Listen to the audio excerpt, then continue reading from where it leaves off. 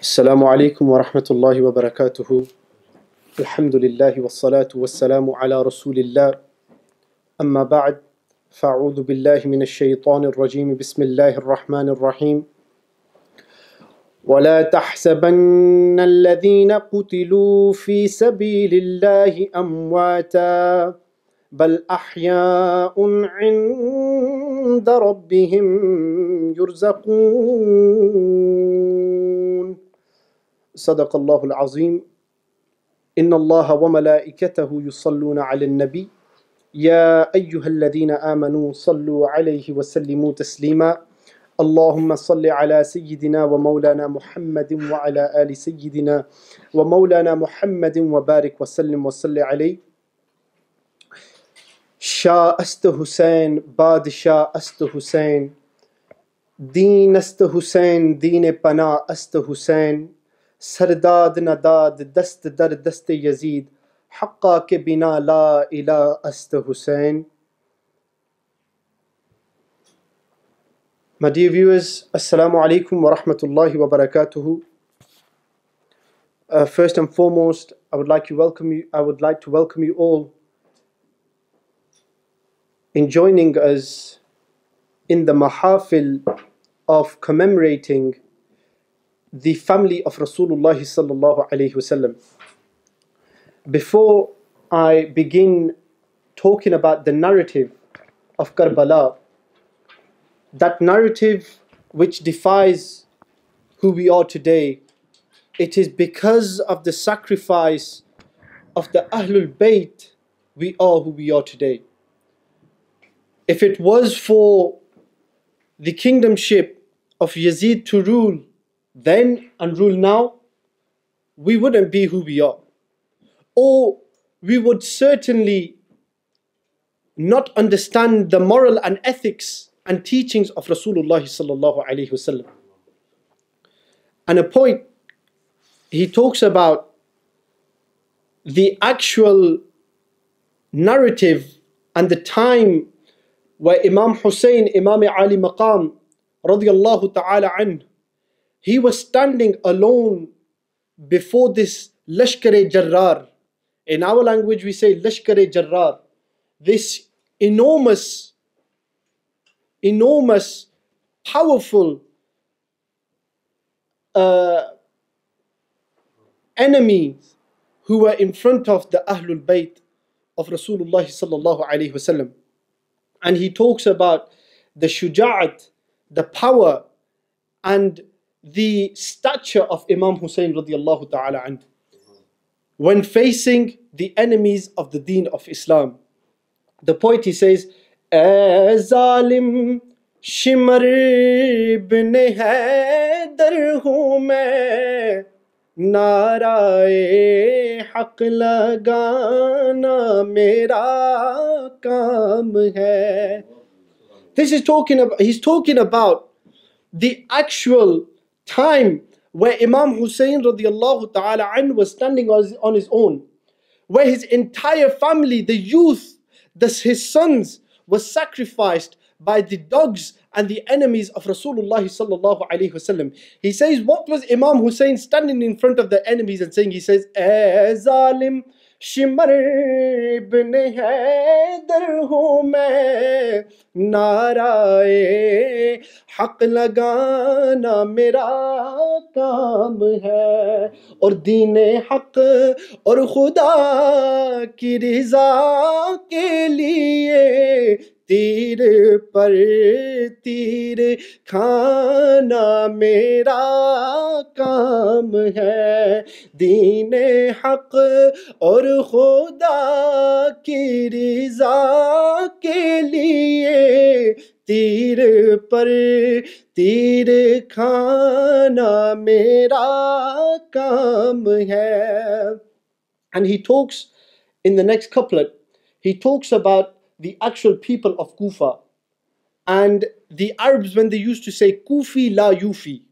We'll talk about that in details inshallah. He says, "Apni marzi se kuch bina laya hu main, Kufiyon ke bulane se फिर गए वो जुबां से तो परवाह नहीं, कौल दे के निभाना मेरा काम है, कौल दे के निभाना मेरा काम है। He says, अपनी मर्जी से कुछ भी ना लाया हूं मैं, that for my own benefit I have brought nothing with me. I have only come for the rida of Allah subhanahu wa ta'ala and the rida of Rasulullah sallallahu alayhi wa sallam. And he says, अपनी मर्जी से कुछ भी ना लाया हूं मैं, कूफियों के बुलाने से आया हूं मैं. It was their letters that they kept sending, and inshallah we will talk about that also. It's because of their letters, and they were calling upon me to help them. That is why I come. But when they betrayed me, they gave me their word and they betrayed me. But this is not the way I have been nurtured. I have been nurtured to say something and carry out what I have said. And this is the teachings of Rasulullah sallallahu alayhi wasallam. He says, तीर पर तीर तुम बस चलाते रहो,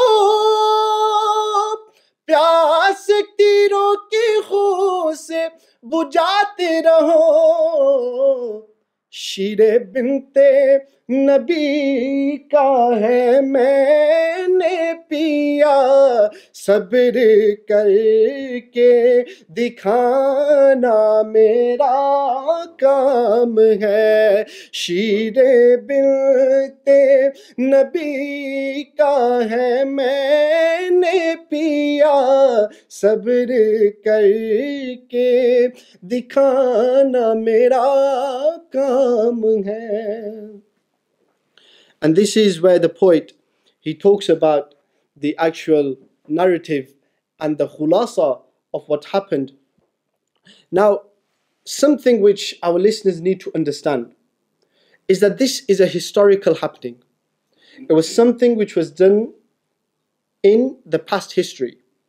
Some of it is mentioned in the ahadith of Rasulullah sallallahu alaihi wasallam. For example, the martyrdom of Imam Ali Maqam. It was already mentioned by Rasulullah sallallahu alaihi wasallam.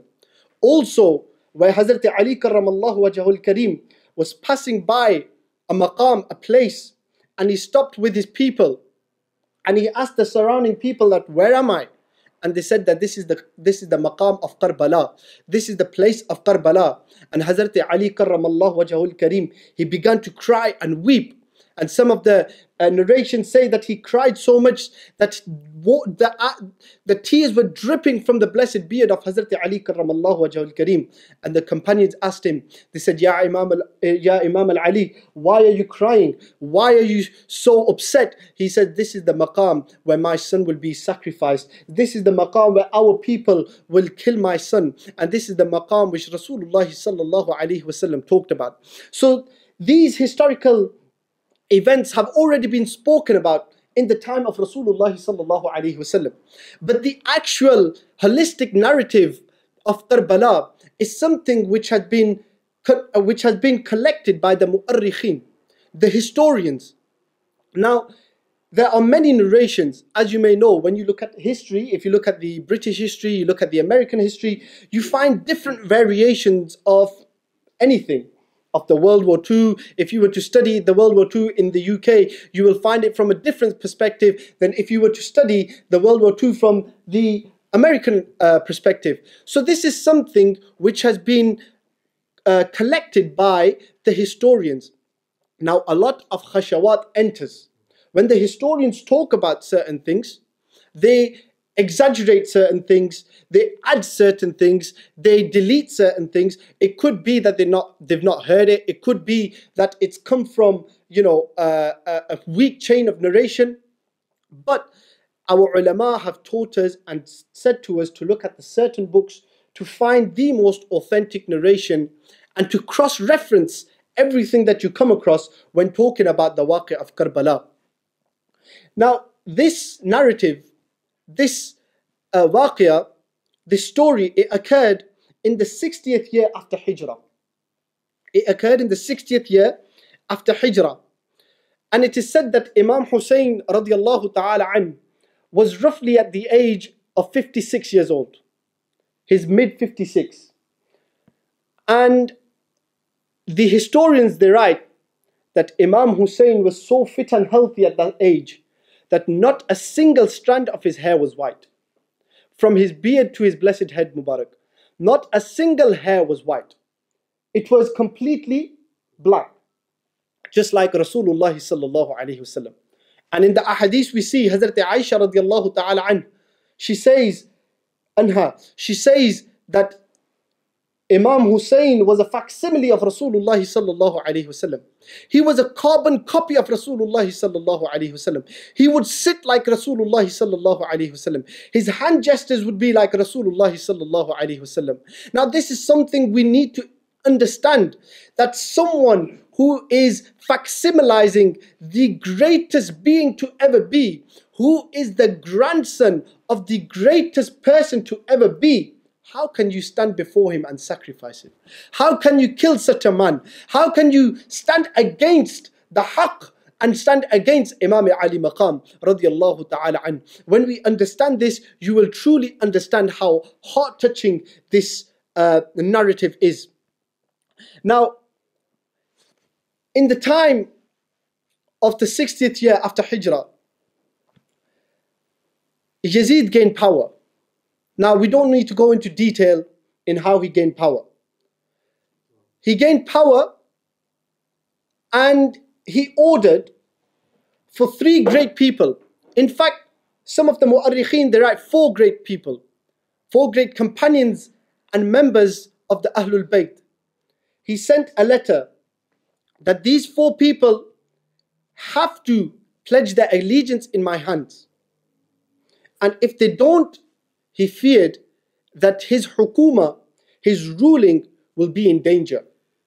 So he sent out a letter in regards to pledging allegiance in his hand.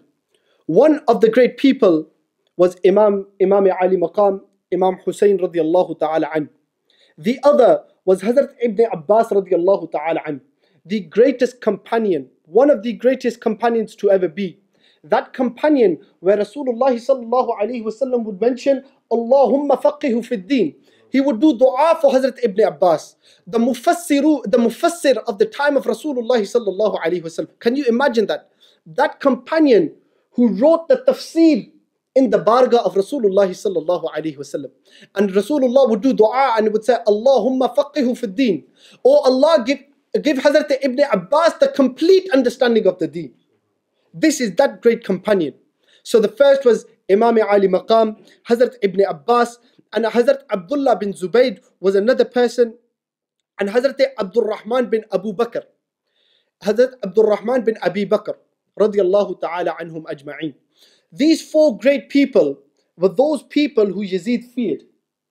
And he knew that if these people did not pledge their allegiance in my hand, other people would start following them, and my kingdomship will be ruined. If I have these great esteemed people under my power, then I could rule anywhere. But again, when we're talking about the Ahlul Bayt, apart from haqq, they see nothing else. Apart from truth, they see nothing else.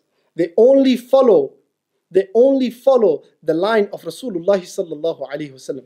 They only follow the teachings of Rasulullah sallallahu alaihi wasallam. Now,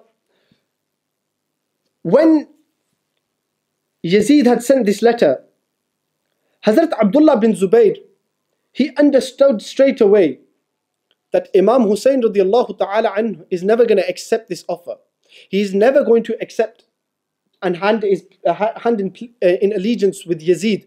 So he left from Madinatul Munawwara that same day, and he counseled and he gave his words of wisdom to the companions and to the Ahlul Bayt and said, look, we understand this man is a fasiq and a fajir.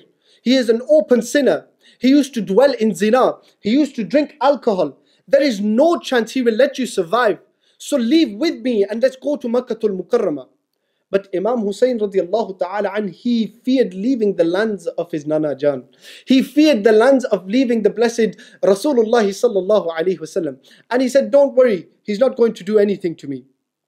Now, Hazrat Abdullah bin Zubayr had left straight away. When he got to Makkah al-Mukarramah, he had set up an army in defense, just in case anything happened. Now, Walid bin Uqba was the governor of Madinatul Munawwara at the time. Remember these names, they come in handy. Walid bin Uqba was the governor of Madinatul Munawwara.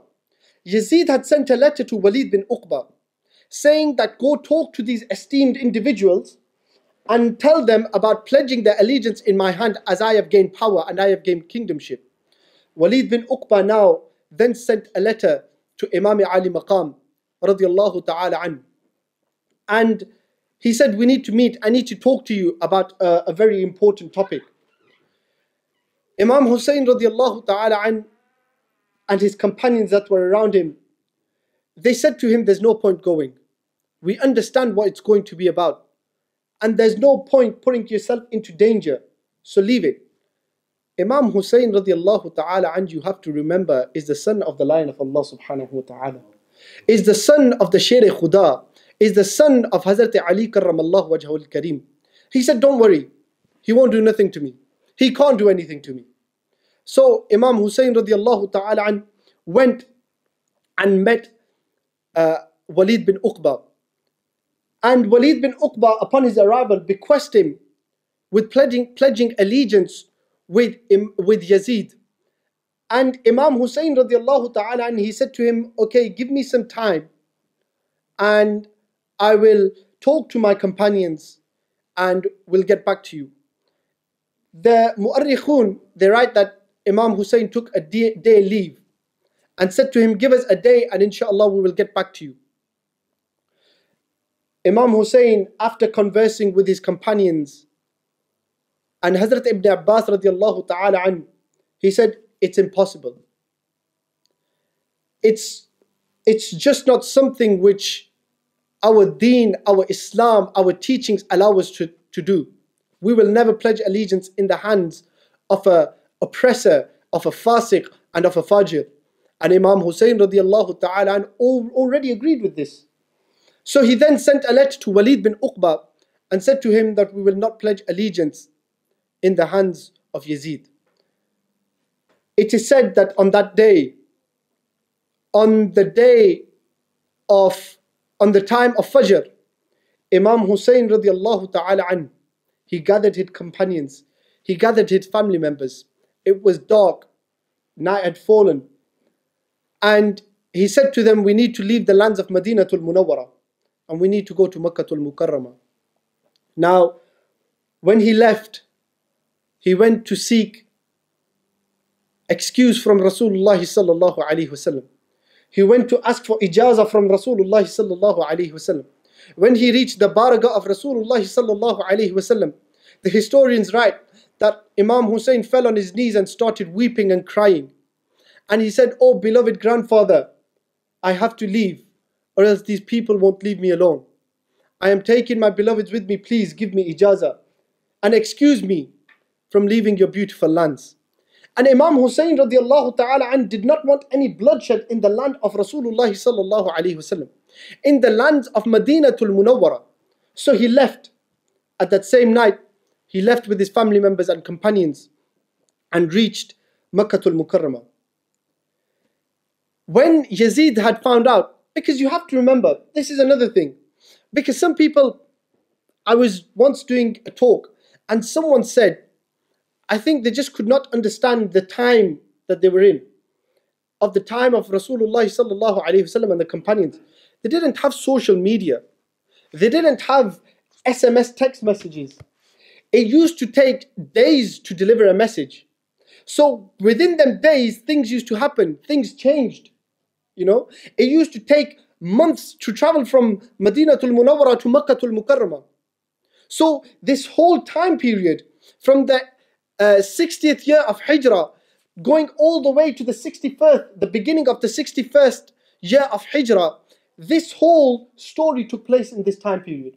So some of the historians say it took about a year, some say it just took just less than a year, some people say it took just over a year. Again, this is tariq, is history, is something which we look at what the majority agree on. But the majority have said it took about a year. Now, in this time period, whilst Imam Hussein was leaving with his family members from Madinatul Munawwara to Makkatul Mukarramah, Yazid had found out that Imam Hussein has ignored his offer, and he has blatantly shut Imam Yazid, he has shut Yazid down. And Imam Hussein radiallahu ta'ala an at this time had started making his way to Makkatul Mukarramah. When Yazid realized, and his people in Medina who had told him, informed him that Imam Hussein and the companions have left to Makkatul Mukarramah, he had sent an army to Makkatul Mukarramah, and he had said that whatever you do, I need Hazrat Ibn Abbas and I need Imam Hussein captured and brought to me. Okay? You can use force, you can do whatever you want. But you have to remember, Hazrat Abdullah bin Zubayr was already there.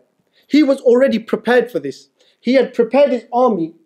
When the Yazidi army came to Makkatul Mukarramah, they had a battle. It said that Imam Hussein was not part of this battle, of this fight that they had. When the army of Yazid encountered Hazrat Abdullah bin Zubayr and his army, we have to remember, this is the army of the companions of Rasulullah sallallahu alaihi wasallam. No ordinary army can beat this army. Hazrat Abdullah bin Zubayr had defeated the army of Yazid. And when Yazid had found out that his army had been slaughtered, he got angry and more ruthless in his af'al and his doings. When Imam Hussein radiallahu ta'ala an had reached Makkatul Mukarramah, okay, you have to remember this is the entire narrative which I am breaking down. There are certain little stories which took place inside which I personally do not have time for to do bayan of. When Imam Hussein radiallahu ta'ala an had reached Makkatul Mukarramah, he had received letters from the people of Kufa. From the people of Kufa, okay. Now these people had sent letters to Imam Hussein, letters upon letters. The Mu'arrikhun, they write that there were so many letters, and in some of the letters, some of the people would say, if Imam Hussein does, if you do not help us when we are in the time of need, and we are being oppressed by an oppressing leader, if you do not help us today, on Yawm al-Qiyamah, we will stand in front and be a means of trial and tribulation for you. We will stand in front of the bargah of Rasulullah sallallahu alaihi wasallam and say to your beloved grandfather that we sent letters upon letters for help, but your grandson did not help us. So the army of Yazid, which had been defeated, had gone back. Now the letters started to come, letters upon letters. Now Imam Hussein radiallahu ta'ala an had kept receiving these letters and talking to his council members, talking to his companions, and he would discuss this matter with them. Everything that he went through, he would discuss with his family members and his companions, and said, what should I do? And some of the companions, Hazrat Ibn Abbas radiallahu ta'ala, and he said that if you want to go, and I know you have the blood of Rasulullah sallallahu alaihi wasallam inside you, there is nothing that's going to stop you. If you want to go, then I plead that you do not take your family members with you. You go on your own and you take a little army with you for safety and precautions. And Imam Hussein radiallahu ta'ala an had kept getting these letters from the people of Kufa. After having a soft heart and realizing that these are the people who are asking for my help, if I do not help him today, what will I answer to my blessed grandfather in the Akhirah? After this had happened, Imam Hussein radiallahu ta'ala an, he sent his cousin Hazrat Muslim bin Aqil. He had sent him and said to him to go to Kufa and see what the halat are like, see what the people are like, because his own family members and his own companions would say to him, you cannot trust the people of Kufa, because it was mashhur, it was something famous in the Arab peninsula, that Kufi la yufi, that the Kufiyun are not wafadar. The people of Kufa are not trustworthy. And this was something which had already been, it had been brought to light in previous times, in the time of Hazrat Ali karramallahu wajhul kareem, for instance, in the time of Rasulullah sallallahu alaihi wasallam. So this had become, an infamous thing, that the Kufi people are not to be trusted. They are untrustworthy. So do not go. So Imam Hussein radiallahu ta'ala an, he thought that what I will do, or what I should do, is send my cousin, Hazrat Muslim bin Aqil. And he was to go and see what the situation of Kufa was like. When Hazrat Muslim bin Aqil, subhanallah, listen to how the people acted when Hazrat Muslim bin Aqil came. Hazrat Muslim bin Aqil entered Kufa, and he had showed the people the letter that Imam Hussein had written, that the people need to pledge their allegiance in my hands to show they are willing to follow Imam Hussein radiallahu ta'ala an. It is said that same day Hazrat Muslim bin Aqil entered Kufa, around 14,000 people had pledged their allegiance in the hands of Hazrat Muslim bin Aqil. 14,000 people had pledged their allegiance in the hands of Imam Hussein radiallahu ta'ala in essence. And Hazrat Muslim bin Aqil seen this, and he was awestruck. He was happy. So when he had seen this, he had straight away sent a letter to Imam Hussein radiallahu ta'ala an. He had sent a letter to Imam Hussein saying, Ya Imam, that these people are fully with you. They are with you 100%. Just today, 14,000, roughly 14,000. Some of the Mu'arrikhun have wrote 12,000. Some of the historians have wrote 14,000. But he said that 14,000 people have roughly pledged their allegiance in your hands. And they are saying with their own tongue, they are saying that we will be with the family of Rasulullah sallallahu alaihi wasallam. Not only will we be with the family of Rasulullah, we will fight with the family of Rasulullah sallallahu alaihi wasallam. So when Hazrat Muslim bin Aqil had seen this, he had sent a letter to Imam Hussein radiallahu ta'ala an.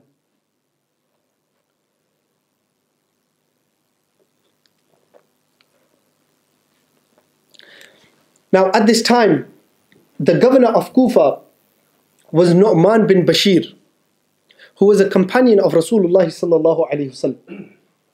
He was a muhib, a lover of the Ahlul Bayt.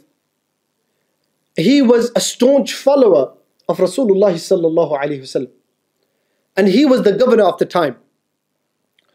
When he had seen what the people of Kufa were doing, he didn't say anything.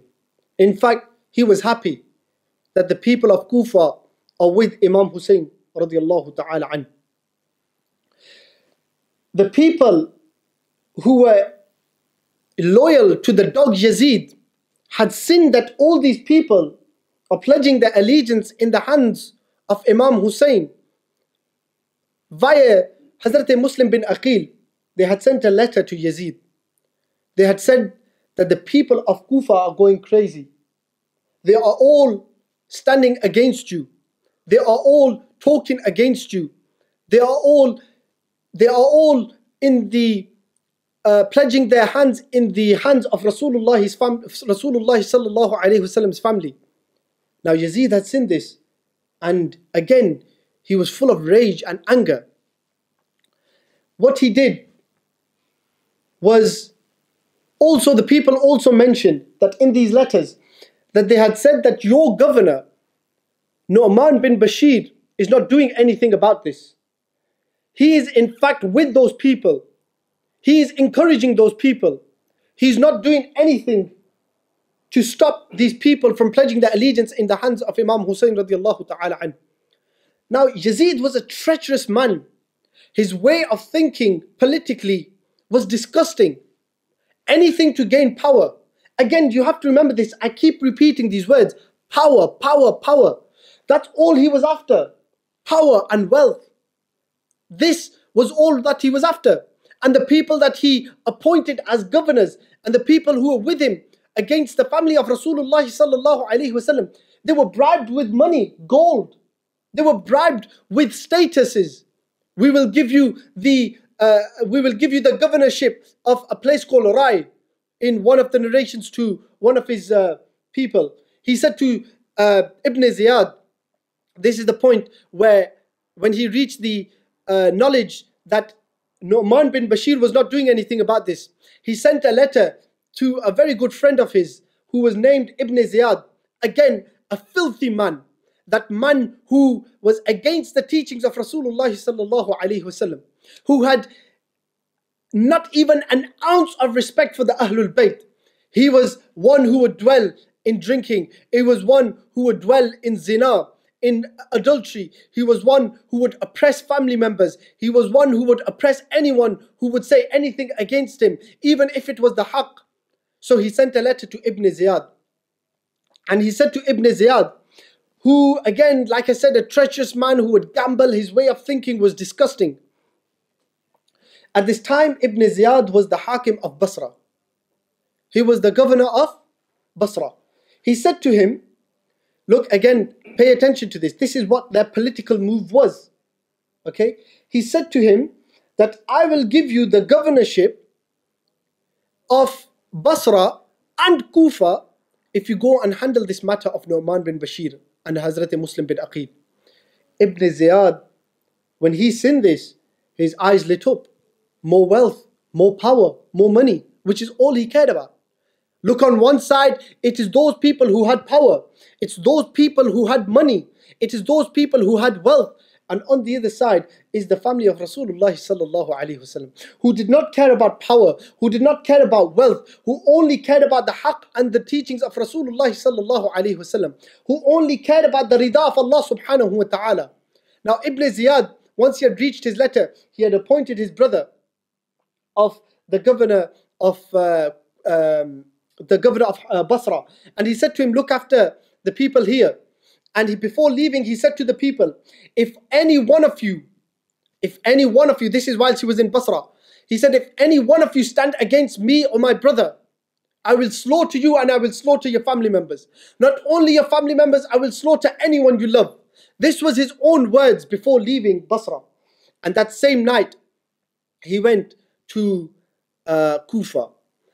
Again, like I said, he was a treacherous, conniving, schneidi man. What he did was he dressed himself in the Hijazi manner. He dressed himself in the Hijazi manner, the way the Arabs in Madinatul Munawwara and Makkatul Mukarramah would dress.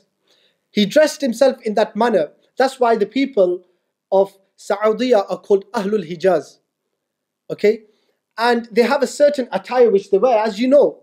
You go there and you see the people, the way they dress. They have a certain way of dressing.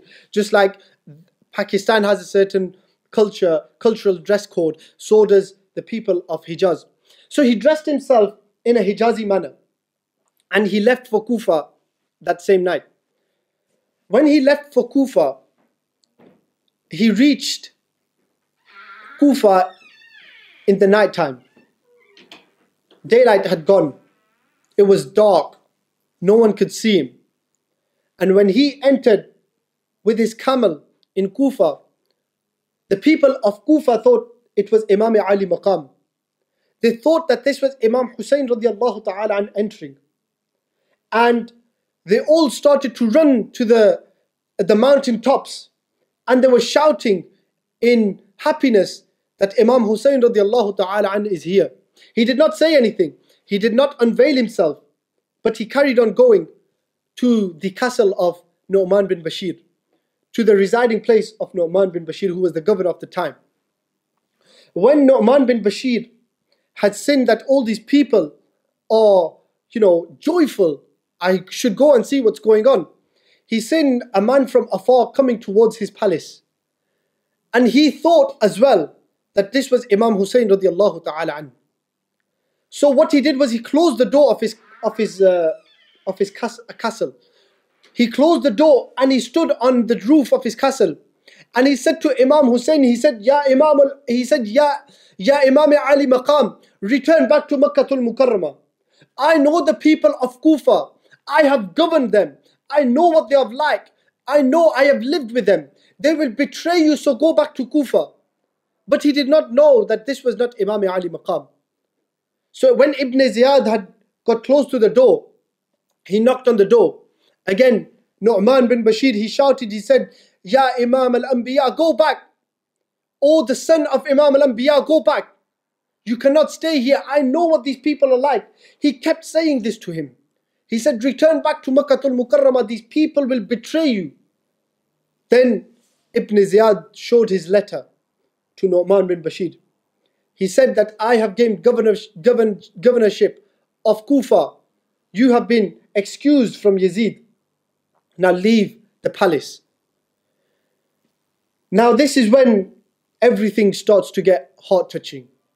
This is when the sacrifice of the family members of Rasulullah sallallahu alaihi wasallam begins.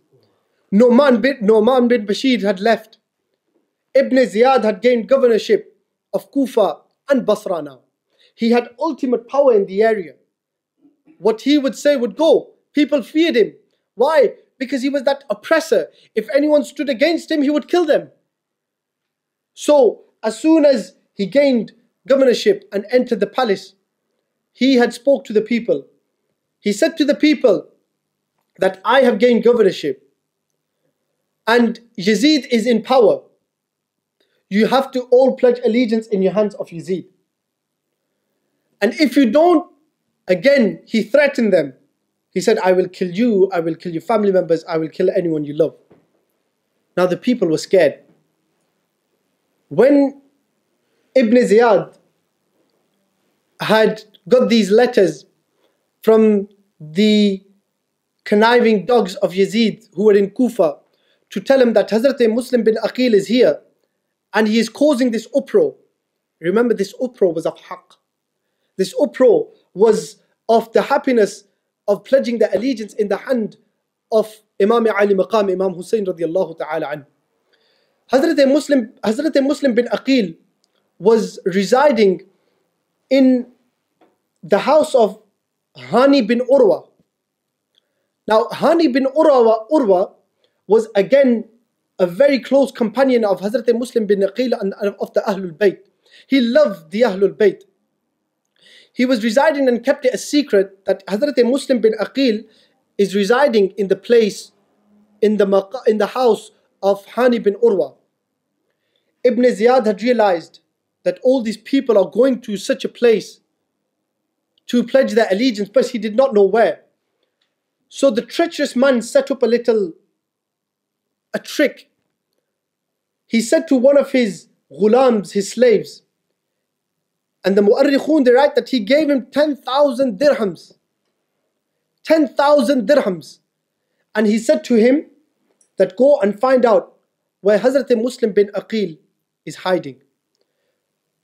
This man went to the local masjid, which was in Kufa, the Markazi, the Jami'ah Masjid, and he seen a lawful man there who was reading Salah.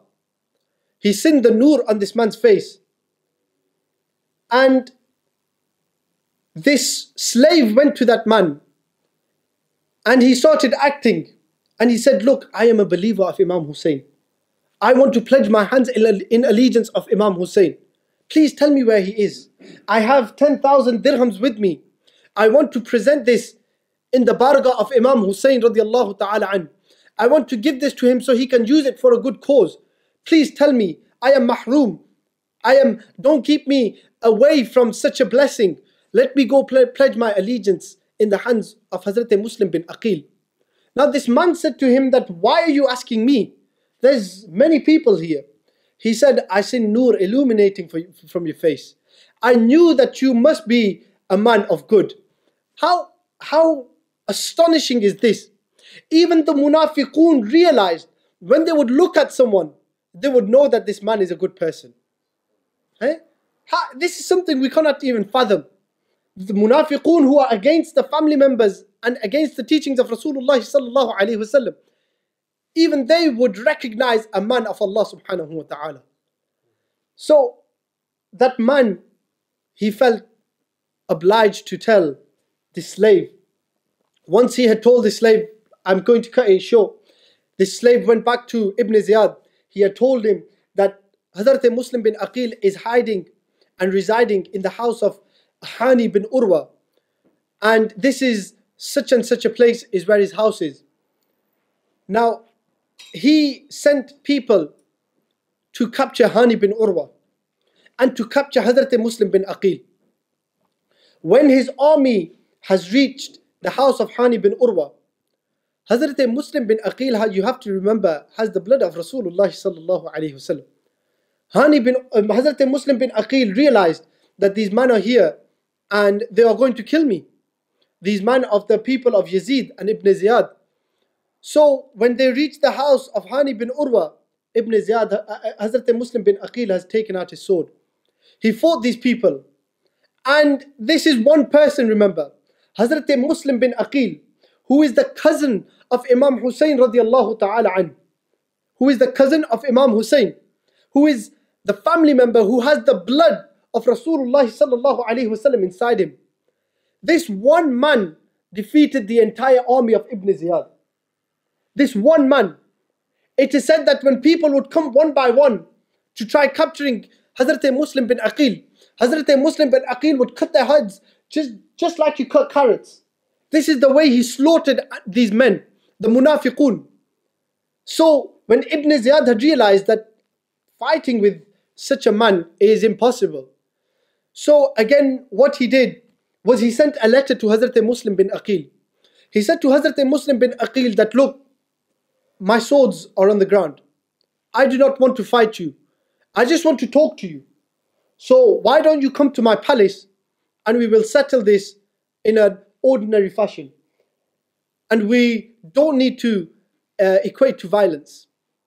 Now when Hazrat Muslim bin Aqil had reached, this letter has reached him, again he had a soft heart. Again he had the family, the blood of Rasulullah sallallahu alaihi wasallam within him. When he sent this letter, he thought that Ibn Ziyad was being legit. He thought this letter was legitimate. So he said, okay, that's fine. He sent a letter back to Ibn Ziyad and said, okay, I will come to your palace and we will talk in an ordinary fashion. In an orderly fashion we will talk. But Ibn Ziyad, the treacherous dog, the dog of Yazid, the enemy of the Ahlul Bayt, thus that person who slaughtered the grandson of Rasulullah sallallahu alaihi wasallam, that man, he had all sorts of tricks up his sleeve. Once he had received this letter from Hazrat Muslim bin Aqil, he had decided to deploy men behind the doors of his palace. This is what he did, to deploy men and hide men behind the doors of his palace. And again, you might be able to understand that the doors were not like our doors nowadays. They were big doors. You know, you can hide armies behind the doors if you may. So he had hid his men behind the doors. When Hazrat Muslim bin Aqil, you have to remember at this time period, Imam Hussein had already reached the letter of Hazrat Muslim bin Aqil that 14,000 people, roughly 14,000 people have pledged my allegiance, so you should come to Kufa. And Imam Hussein had already left for Kufa. When Hazrat Muslim bin Aqil had reached the door of the palace of Ibn Ziyad, when the door opened, the enemies attacked Hazrat Muslim bin Aqil. It is said that they threw boulders of rock, they threw arrows, spears, and they slaughtered Hazrat Muslim bin Aqil. Before even entering the doors of the palace, they had slaughtered the family member of Rasulullah sallallahu alaihi wasallam. Ibn Ziyad knew that I cannot talk with these people. I cannot win against battles, so the only way is to, in our words, sucker punch. We sucker punch someone. We know that's unlawful in fighting. We know that morally it's incorrect in fighting. In war, in the time of Rasulullah sallallahu alaihi wasallam, or even in the olden times, war was done the way men fought, one on one. Battles were done like that. It was an army against an army. There was no dirty tricks behind it. But this man knew that the only way I can defeat the Ahlul Bayt is to use my treacherous, disgusting actions and to defeat the Ahlul Bayt. So he had deployed these men and they had killed Hazrat Muslim bin Aqil. An interesting fact here. When Hazrat Muslim bin Aqil left from his house towards the palace of Ibn Ziyad, it is said that 40,000 people had pledged their allegiance in the hands of Hazrat Muslim bin Aqil. 40,000 Kufiyun, from 12 to 14 to 40,000 Kufiyun, the people of Kufa, had pledged their allegiance in the hands of Hazrat Muslim bin Aqil. When he was on his way to the palace of Ibn Ziyad, it is said that when he had reached the masjid, only 12,000 people remained. He had left with 40,000 people. Only 12,000 people were with him when leaving towards the palace of Ibn Ziyad. Sorry, 1,200. It was 1,200 people who had left with Hazrat Muslim bin Aqil towards the palace of Ibn Ziyad. When they were leaving, it is said they stopped to read Salah in a mosque. When they stopped to read Salah and entered the masjid, only 500 people remained. Remember, Kufi la yufi. The Kufi are not trustworthy. They kept leaving, whilst walking and leaving. When they had reached the masjid, it is said that 500 people were remaining. The Mu'arrikhun, the historians, they write that when Hazrat Muslim bin Aqil radiyallahu ta'ala an had finished his Salah, and he had done salam in the barakah of Allah subhanahu wa ta'ala, only Allah and the angels remained. All the people had left him. All the people had betrayed him. They were unlawful to their words. They had left him, and it was only Hazrat Muslim bin Aqil left on his own. This was the habit of the people. This is why it became infamously known as Kufi la Yufi. And this was the story behind the people when Hazrat Muslim bin Aqil left from the house of Hani bin Urwa to the house to the palace of Ibn Ziyad.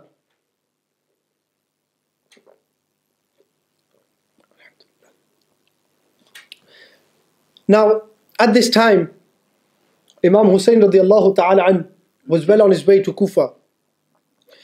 He had then reached the sad news that Hazrat Muslim bin Aqil has been martyred. It is said that Imam Hussein radiallahu ta'ala an began to cry and he began to weep. But again, he didn't understand what was happening in Kufa. He still felt obliged to help the people of Kufa. Look, in our religion, we have something which is called rukhsa and azima. We have something which is called rukhsa and azima. In layman terms, rukhsa is that thing which is the easier option to take, and azima is the higher option to take. For example, when someone is reading salah, he is unable to stand and read salah. Rukhsa would be, the easier option was for him to sit and read salah. That's what rukhsa is. And if he sits and reads salah, he has acted upon rukhsa.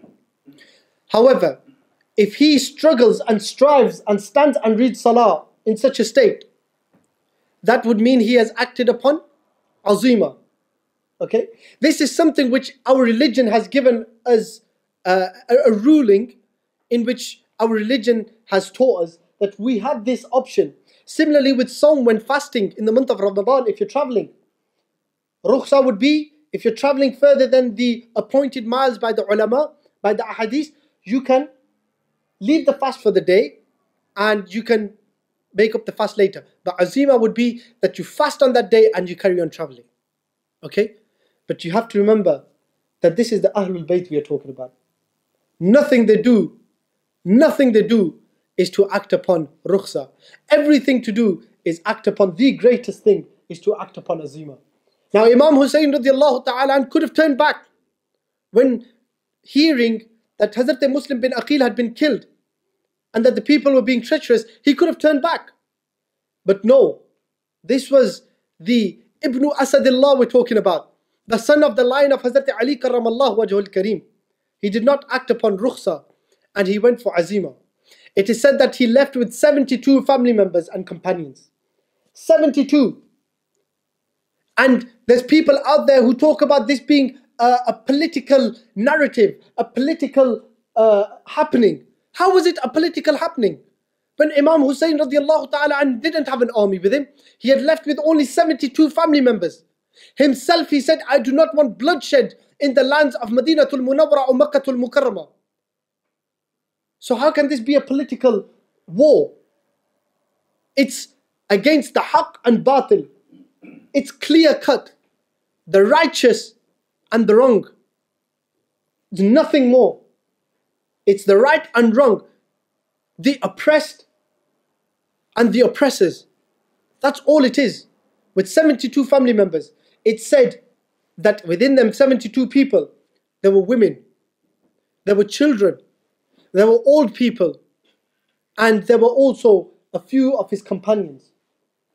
Only 72 men, 72 people he had left with.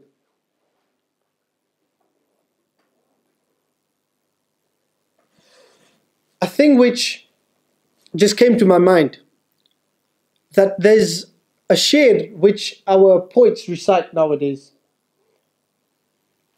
and it goes as such: जिसको कूफे से, जिसको धोखे से कूफे बुलाया गया, okay, जिसको धोखे से कूफे बुलाया गया, जिसकी गर्दन पे खंजर चलाया गया, जिसके बच्चों को प्यासा रुलाया गया, उस हुसैन इब्न हैदर पे लाखों सलाम. This shair, some of the ulama have had an i'tiraz with it. Why? Because Imam Hussein radiallahu ta'ala, and from childhood, he knew that he will be martyred in the lands of Kufa.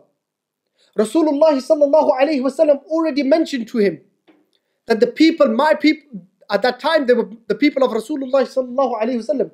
He said, within my people, there will be treacherous people who will kill my grandson. This is that Imam Hussein.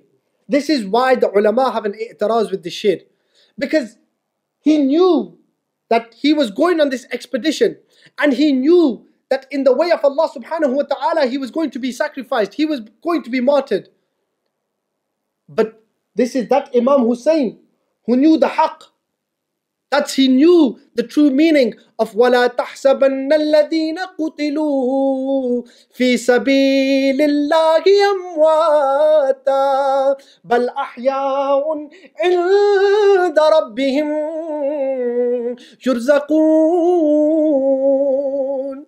He understood that if I am a martyr, I am forever living in the eyes of Allah subhanahu wa ta'ala. بَلْ أَحْيَاءٌ.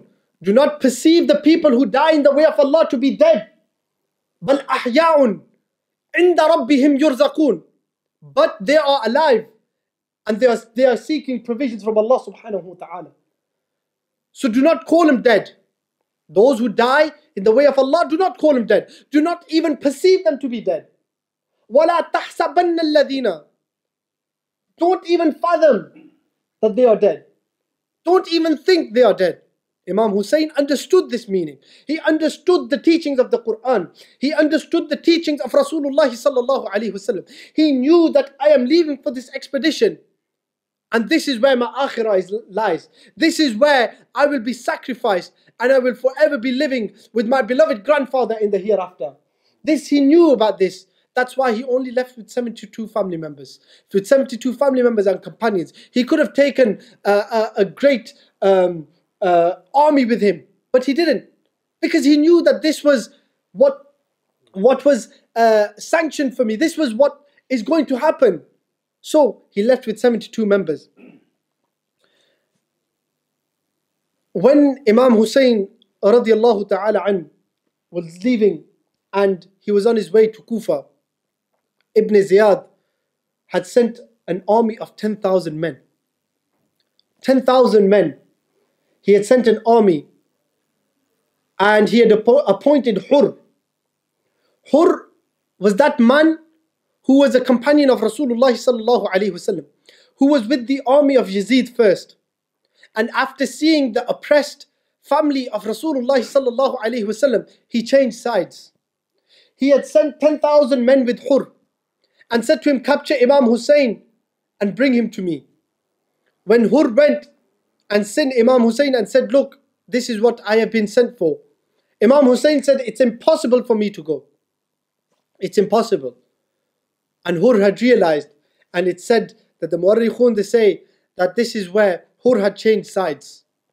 And when Ibn Ziyad had realized that Hur is not back, nor is Imam Hussein, he had sent another army in place of capturing Imam Hussein.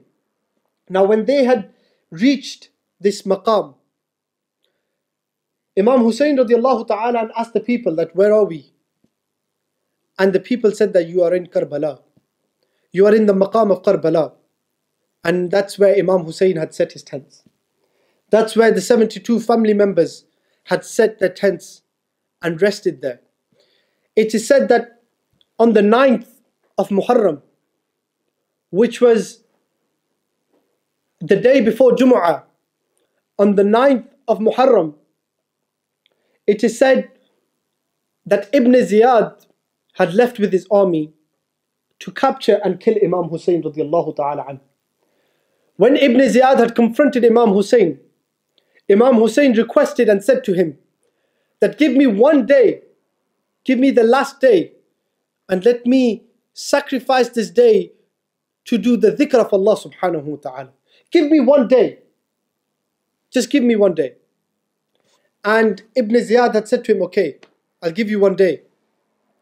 On the 10th of Muharram, on the day of Jumu'ah, in Ramadan, on the 10th of Muharram, sorry, on the 10th of Muharram, on the day of Jumu'ah, Ibn Ziyad had finally decided that tomorrow we either capture Imam Hussein or we kill Imam Hussein radiallahu ta'ala anhu.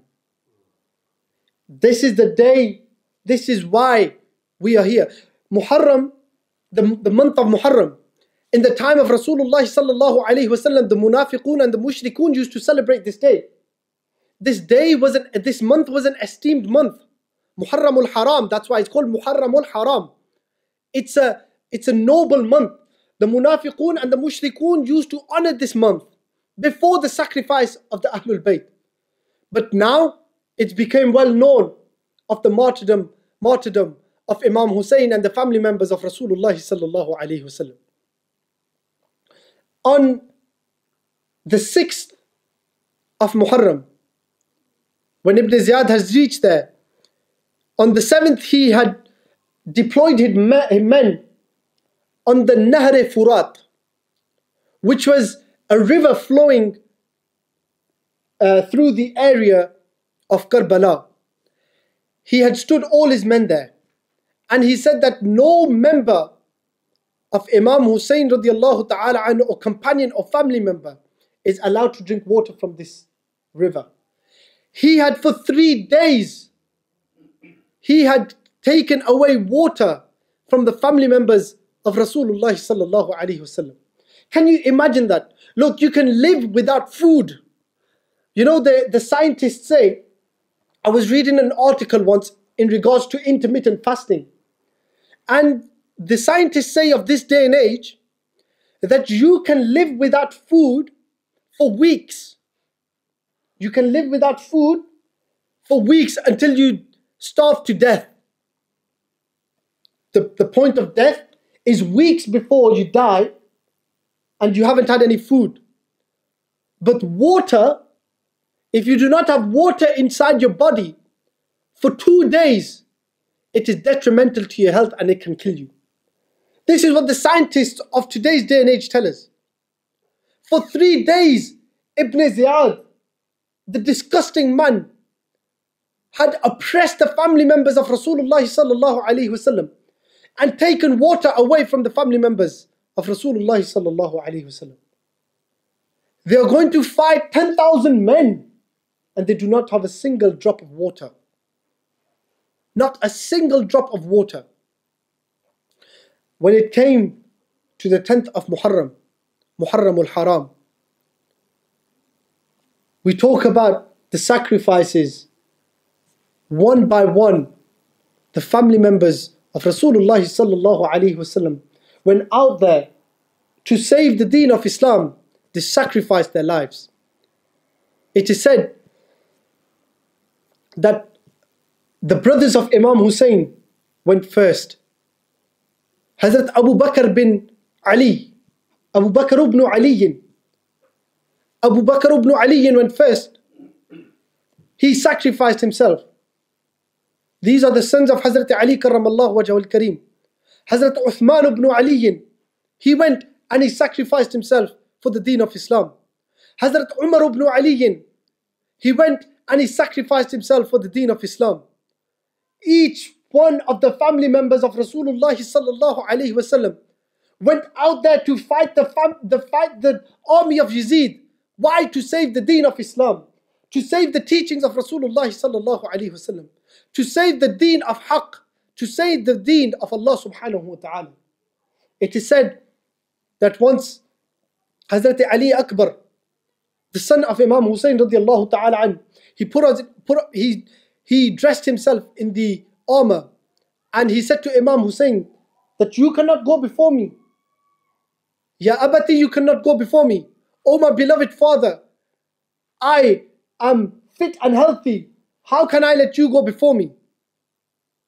And Imam Hussein radiallahu ta'ala an sent Hazrat Ali Akbar to go and fight this army. It is said that Hazrat Ali Akbar was slaughtering rows upon rows of the army of Ibn Ziyad.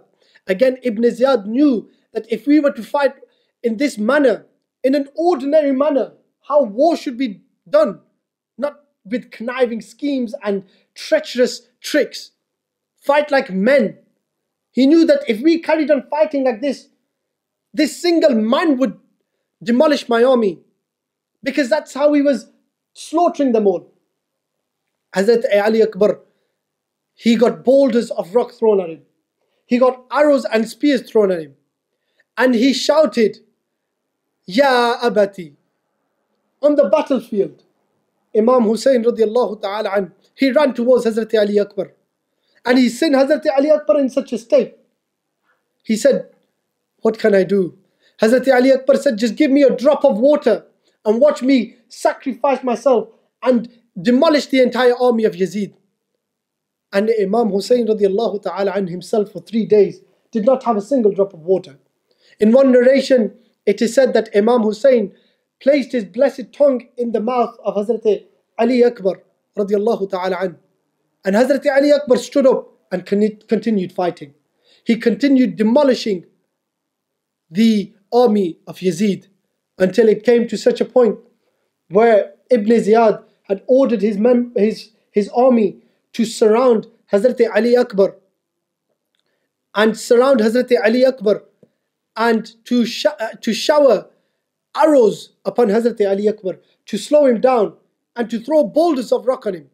Can you imagine if one of your sons was to be hit by a rock from different people, numerous different people, and he was bleeding, what you would go through? And this is Imam Ali Maqam, who is seeing his son being slaughtered by the enemy of the deen. Once Hazrat Ali Akbar sacrificed himself for the deen of Islam. Imam Hussein radiallahu ta'ala an, he was told by his family members, his azwaj, his wife, she had said to him, look, this is Hazrat Ali Asghar. He is of 6 months. He's only of the age of 6 months. He is still suckling. He still drinks milk from his mother. But his mother has been starved from water for 3 days. She is not producing any milk. She said to Imam Hussein radiallahu ta'ala an, take this little baby, show the army of Yazid. They might have such leeway for such a baby, for such a young person. They might show some sort of honor for such a baby, and they might let him drink some water. Imam Hussein radiallahu ta'ala an took Hazrat Ali Asghar in the battlefield, and he said to the people, look, I am that person. I am that person who is the grandson of the person whose kalima you read. I am that grandson. I am that son of the lion of Allah subhanahu wa ta'ala. This is my son. He is of 6 months. He has not had anything to drink. Please give him some water at least. And one of the members in the clan of Yazid shot an arrow and it went straight through the neck of Hazrat Ali Asghar, who was only of the age of 6 months. The unlawful dogs could not even handle. You know, in war, morally, old men are not to be attacked. This is in our religion. Old men are not to be attacked. Women are not to be attacked. Children are not to be attacked. The ill are not to be attacked. But these people had no understanding of morality. They did not understand of the truth and the haqq and the batil. They had shot an arrow in Hazrat Ali Asghar, and he died on the spot. He was martyred on the spot. This is the waqi' of Karbala. This is what happened. Imam Hussein radiallahu ta'ala an, he went to fight against this army. Cutting it short, to talk about how he sacrificed himself is going to take hours and upon hours, and we do not sadly have enough time. Imam Hussein radiallahu ta'ala an, he went out there and he said to the people that, look, I have not taken anything from you. I have not dishonored you. I have not been unlawful to you. So why are you fighting against me? And the people of Yazid said to him, pledge your allegiance in the hands of the Amir Yazid and we will leave you. And he said, I cannot do that. I can never pledge allegiance in the hands of a fasiq and a fajir. So he fought against the army of Yazid. And he fought and fought until he had met his martyrdom.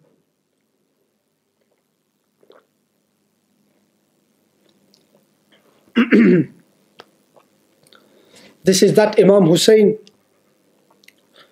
who did not leave or who did not care about anything but the sanctity of Islam, the sanctity of Rasulullah sallallahu alaihi wasallam, honoring the rida of Allah subhanahu wa ta'ala. He sacrificed everything he had. And again, I mentioned this in the beginning. Again, it was against power.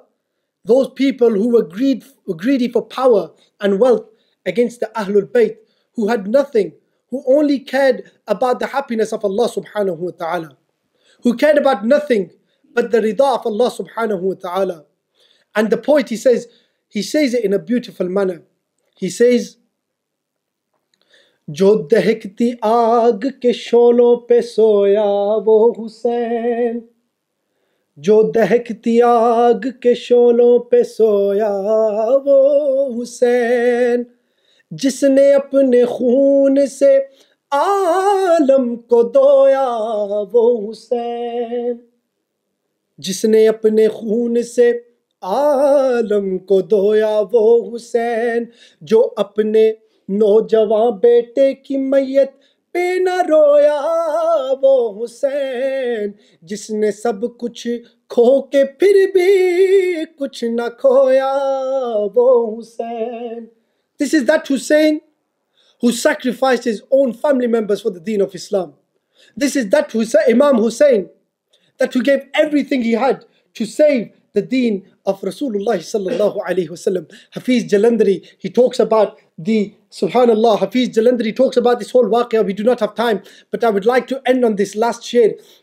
He says, लिबास है फटा हुआ गुबार में अटा हुआ तमाम जिस्म नाज़नी छिदा हुआ कटा हुआ ये कौन ज़ी वक़ार है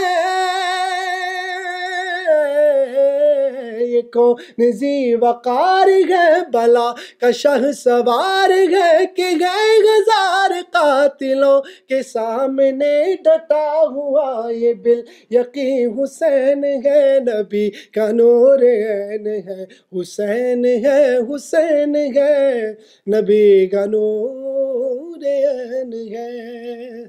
This is that Imam Hussein who sacrificed everything he had for the deen of Islam. We ought to understand these lessons which are hidden inside this narrative, that everything we have belongs to the deen of Rasulullah sallallahu alaihi wasallam. You know, Rasulullah mentioned that your deen is not complete until you love me and you love Allah subhanahu wa ta'ala more than you love your own parents. Your deen is not complete until then. And this is Imam Hussein showing us that he could have taken rukhsa any time. He could have taken the easier path any time. But no, when it comes to the deen of Islam, azima is the way forward. Living in the 21st century, we face certain trials and tribulations. Our deen does not teach us to shy away. Our deen teaches us to protect itself, to protect the deen of Islam, to protect the sanctity of Rasulullah sallallahu alaihi wasallam, to protect the honor of the teachings of Rasulullah sallallahu alaihi wasallam. May that be if you have to sacrifice yourself. This is what our deen teaches us. This is what the narrative of Karbala teaches us. That Imam Hussein did not care about himself. He did not care about anything. But all he cared about was to save the teachings and to save the deen of Allah subhanahu wa ta'ala. This is something we ought to understand, implement in our lives. Learn, this narrative isn't there. It's a very heart-touching narrative that we, if you were to read about how they martyred the family members, how they unlawfully killed the family members of Rasulullah sallallahu alaihi wasallam, it brings tears to your eyes that not a sane person can do such a thing. A sane person cannot do that. But these treacherous people, the people of Yazid, those people did not care about that sort of thing. All they cared about was wealth and power. And what they did was kill and martyr the family and the companions of Rasulullah sallallahu alaihi wasallam. But the family members taught us, the companions taught us that everything you have, it has to be sacrificed upon the deen of Islam. These are the lessons that we take from the narrative, and this is something we need to implement in our own lives today and tomorrow and till Yawm al-Qiyamah.